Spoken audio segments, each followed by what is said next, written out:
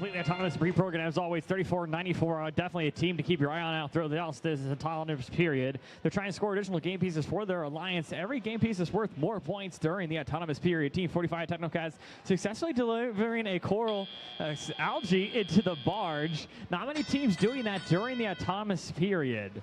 Team 8103 continuing to move around the field and score additional game pieces for their alliance. Scores currently 20-18 in favor of the Blue Alliance. Only a 2-point difference. That's scoring a game piece anywhere on the field. Algae, coral, or likewise. Team 71 team-handed one of the lower ranked teams on our field today. To join them, the Technocats doing the same. Teams scoring anywhere they can possible to gain additional game piece for their alliance.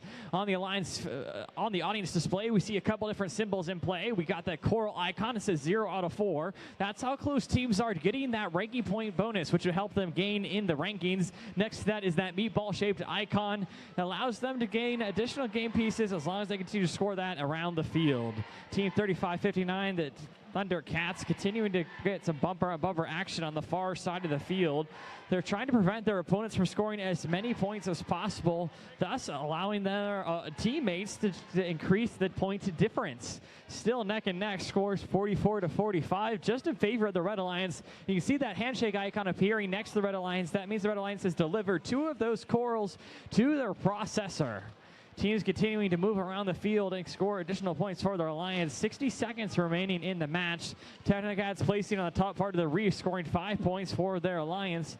A lot of teams focusing up on the higher branches and then making their way down. They will need to diversify their strategy if they're looking to tackle that additional rank point, which requires 5 coral pieces on all 4 levels. 15-29, the Cyber Cards using a Mechanim Swerve Drive, allowing to move transversely to their rotational motion, as long as they continue to move around the field.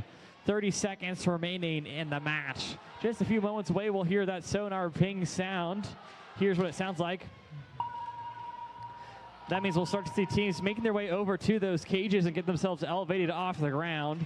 34-94, the quadrangle is already elevated off. That's the Bloomington team. Blue Alliance trying to do the same. 45 appears to be off the ground. The rest of the team's parking. 15-29 Cyber Cards just about to sneak in for some park points. And that's about all time we have for qualification match 23 here at the Finn Kokomo District event, presented by Andy Mark. Alliance by 4 points, taking home 5 ranking points in the process, 3 for winning, 1 for their hard work in the barge and on their work at autonomous those first 15 seconds. Blue Alliance not to be outdone, still taking home 2 ranking points of their own for similar reasons.